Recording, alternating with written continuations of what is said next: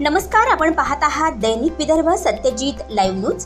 आमचे मुख्य संपादक उद्धव फंगाळ यांनी दिलेल्या माहितीनुसार धनगर समाजाला आरक्षण मिळावे यासाठी मेहकरातील गजानन बोरकर यांनी आमरण उपोषण केले होते। जवळपास 9 दिवस हे आमरण उपोषण सुरू होते।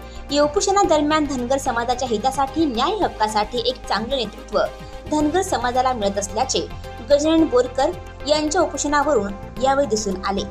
गजानन बोरकर हे नेहमीच समाज जागृत करण्यासाठी व समाज संघटित करण्यासाठी धडपड करत असतात। मेहकर येथील उपोषणकर्ते गजानन बोरकर यांनी समाजातील मान्यवर यांच्या विनंतीवरून उपोषण मागे घेतले होते। उपविभागीय अधिकारी महसूल मेहकर येथे धनगर एसटी आरक्षण अंमलबजावणी करण्यासाठी गजानन बोरकर, यशवंत सेना, बुलढाणा जिल्हा संपर्क प्रमुख यांचे दिनांक 1 ऑक्टोबर 2023 पासून त्यांचे आमरण उपोषण सुरू होते। त्यांच्या तब्येतीचा विचार करून उपस्थित धनगर समाज बांधवांनी हजारोंच्या संख्येने उपस्थित राहून पाठिंबा देऊन एसडीओ कार्यालय ते नगर परिषद प्रांगणापर्यंत मोठी मिरवणूक काढून जाहीर सभेमध्ये मान्यवर मंडळी, माजी खासदार डॉक्टर विकास महात्मे, प्राध्यापक यशपाल भिंगे, शशिकांत तरंगे, धनगर समाज प्रदेश अध्यक्ष डॉक्टर अलकाताई गोडे, अहिल्या वाहिनी प्रदेश अध्यक्ष Sharadbhau Vasatkar, Shrirambhau Punde, Vaijnathbhau Pawde, Balubhau Murkute, Kishorbhau Kaldate, tiger group Vidarbha doctor Hule यांच्या विनंतीवरून उपोषण मागे घेण्यात आले। उपोषणातील प्राध्यापक विठ्ठलराव गिरवलकर सर, रामेश्वर शेवाळे, धनंजय रौदळे, यशवंत सेना जिल्हा उपाध्यक्ष विठ्ठल साखरे, एकनाथ खराट, आनंदा साखरे, प्रल्हाद गोरे, विष्णू साखरे, राजेश खोरणे, रामप्रसाद खोडवे, अनुराज रौदळे, उद्धव आटोळे, शंकर गायकवाड, गणेश वैद्य, देविदास कष्टे, गजानन पातळे, गोपाल फलके, अनिल ढवळे, नंदू लवंगे। प्रस्तावना मुरलीधर लांभाडे यांनी केली व यामध्ये सर्व संघटनांनी उपोषणाला पाठिंबा देणाऱ्यांचे आभार व्यक्त केले। त्यांच्यावर पुष्पवृष्टी करण्यासाठी या लोकांनी, या मावळ्यांनी नांदेड जिल्ह्यामधून आपले पुष्प आणलेले आहे। त्यांच्यावर पुष्पवृष्टी करत आहेत यशपाल भिंगे साहेब, गोविंदराव गोरे साहेब, नागोराव बोरसे साहेब, संजय साखरे साहेब, भास्कर तळणे साहेब। जय मल्ला, येळकोट येळकोट येळकोट येळकोट। आरक्षण आमच्या हक्काचं, आरक्षण आमच्या हक्काचं। अरे कोण मते देत नाही, अरे कोण मते देत नाही। येळकोट येळकोट।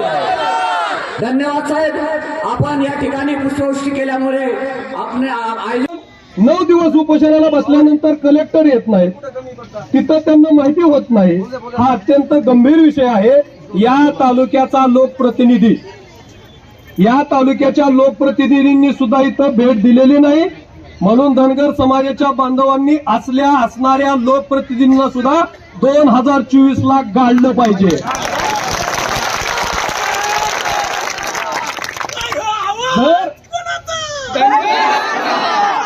आपण फक्त मतदान या लोकांना करतो।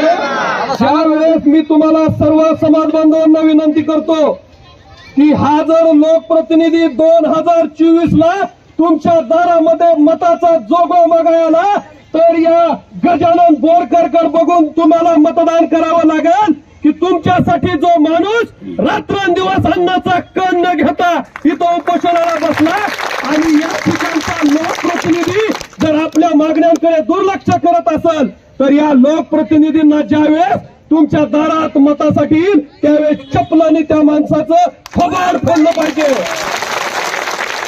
अरे धनगर समाजाचा फक्त मतासाठी वापर करता आणि आमची पोरं समाजासाठी आरक्षण मागितले। आम्हाला माहिती आहे आरक्षण कुठं मिळणार आहे, फक्त तुम्ही तुमचं काम करावं या भूमिकेत आम्ही। आम्हाला माहिती आमचा प्रश्न कुठं सुटणार आहे, परंतु तुम्ही मूर्खासारखं जर वागणार असाल तर येणाऱ्या काळात हा समाज तुम्हाला सोडणार नाही। या भूमिकेतून आम्ही काम करू।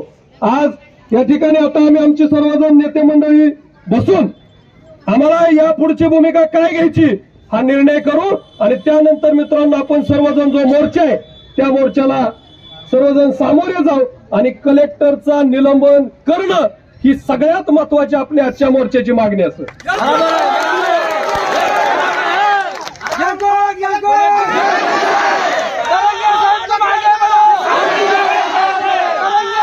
मागे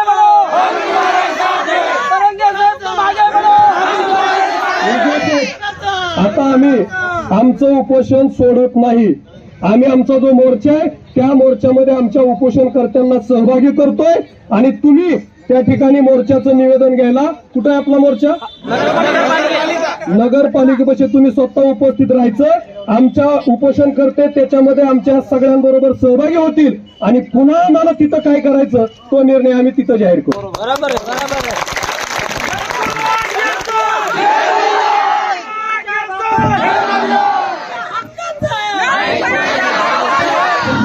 समाज बांधवांना माझी विनंती आहे, 2 मिनिटं शांत बसा. कारण आपण या ठिकाणी आपल्या मागण्या पदरात पाडून घेण्यासाठी आपण या ठिकाणी आपले गजानन भाऊ बोरकर गेली 9 दिवसापासून या ठिकाणी अमर उपोषणाला बसलेले आहेत आणि त्यानिमित्तानं आपण सर्वजण या ठिकाणी. महाराष्ट्रातील ताज्या आणि महत्त्वपूर्ण बातम्यांसाठी आजच आमच्या दैनिक विदर्भ सत्यजित लाईव्ह न्यूजला लाईक करा, सबस्क्राईब करा, शेअर करा.